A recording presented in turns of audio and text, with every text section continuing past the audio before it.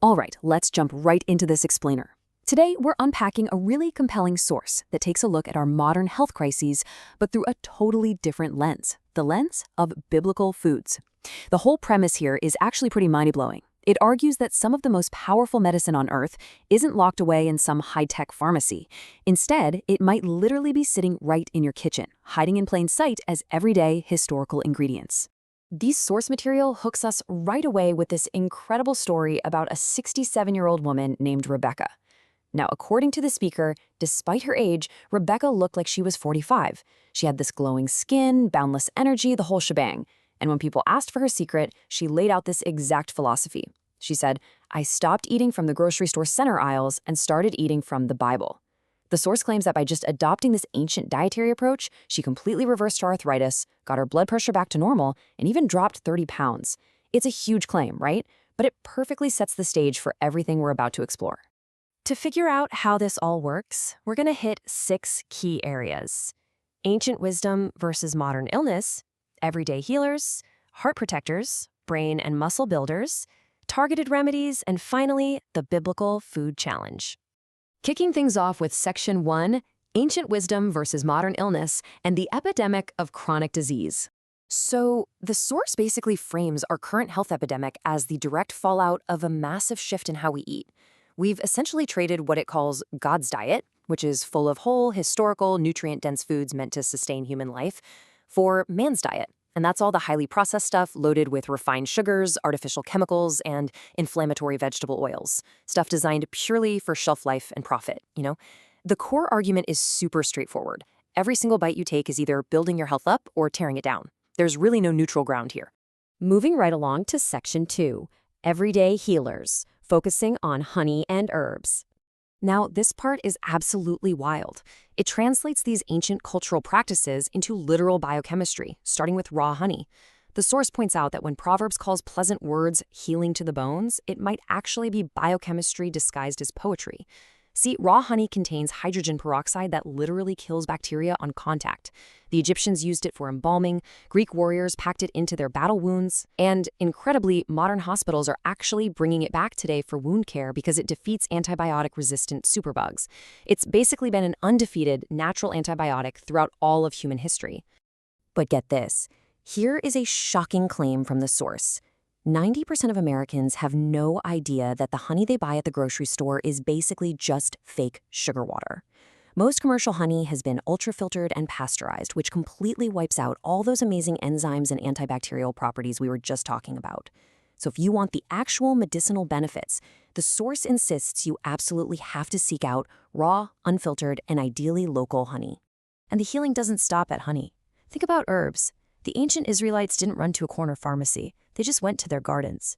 The source details how rosemary is actually neuroscientifically proven to enhance memory. Sage is highly antimicrobial. Parsley is packed with bone-strengthening vitamin K. And thyme, it contains thymol, an antiseptic so powerful that we still use it in modern mouthwashes today. Who knew that the simple garnish on your plate was literally an ancient pharmacy? That brings us to Section 3, Heart Protectors, looking at oil and pomegranates. Let's talk cardiovascular health, starting with Mediterranean liquid gold. The source draws on the biblical story of the Good Samaritan, the guy who poured oil and wine on a wounded man, and emphasizes that this was an ancient medical practice backed by real results. Extra virgin olive oil is loaded with polyphenols that actively fight cellular inflammation, and the source backs this up with the famous Framingham Heart Study, which shows that Mediterranean populations who consume real olive oil every day have dramatically lower rates of heart disease, stroke, and even Alzheimer's. Here's the catch, though. You absolutely have to check your labels. Why? Because the source highlights a crazy statistic. Up to 70% of American supermarket olive oil is reportedly diluted with cheaper oils, or it's actually already rancid before you even put it in your cart. If your oil doesn't have a peppery, slightly bitter bite to it, you're probably missing out on all those health-promoting polyphenols. So look for dark glass bottles and recent harvest dates. Next up is the pomegranate, which was one of the sacred species of the ancient Promised Land. This fruit is absolutely loaded with unique, super potent compounds called punicalagins. The source points to a truly remarkable clinical trial where heart disease patients drank just 8 ounces of pomegranate juice a day for 3 months.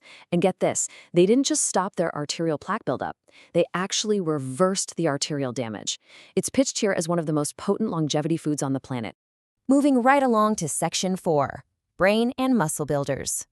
The speaker poses a really great question about the famous miracle of the 5 loaves and 2 fish. Namely, why fish? Well, the answer comes down to omega-3 fatty acids, which our brains desperately need to prevent cognitive decline. Taking a neutral look at the ancient dietary laws of Leviticus 11, the source links them straight to modern toxicology. It argues that clean fish with fins and scales, like wild salmon, are packed with omega-3s and are super low in toxins. On the flip side, unclean bottom feeders soak up high levels of mercury and environmental pollutants. The takeaway? Eating wild-caught fatty fish is basically non-negotiable if you want to keep your brain sharp as you age. Then there's the bread. And we're talking specifically about the recipe found right in Ezekiel 4:9. Modern refined bread just spikes your blood sugar and causes a ton of inflammation.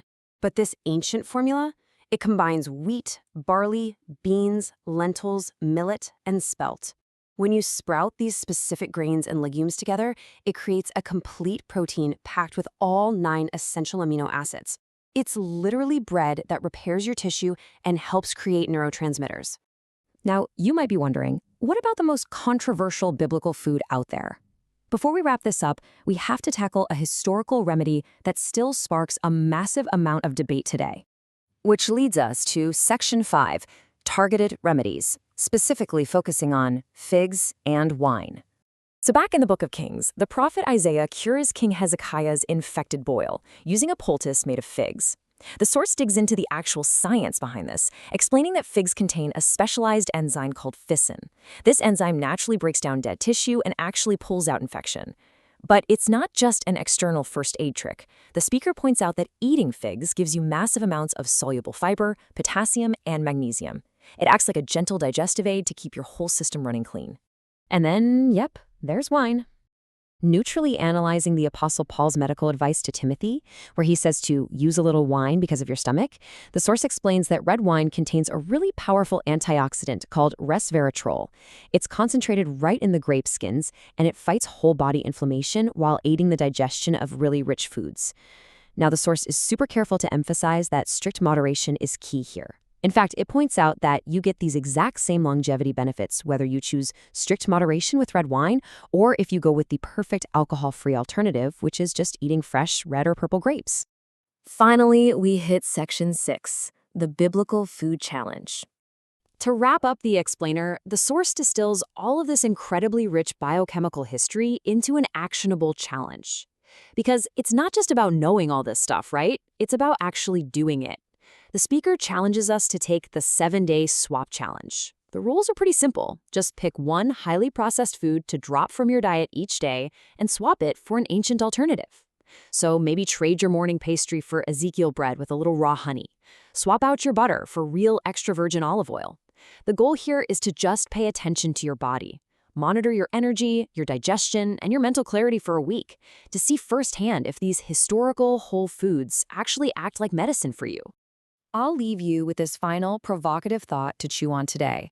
If the center aisles of our modern grocery stores are making us sick, how much could incorporating a piece of 3,000-year-old nutritional wisdom fundamentally change your health today? Which ancient healing food are you going to swap into your daily diet first? Thanks so much for joining me on this explainer, and I will see you next time.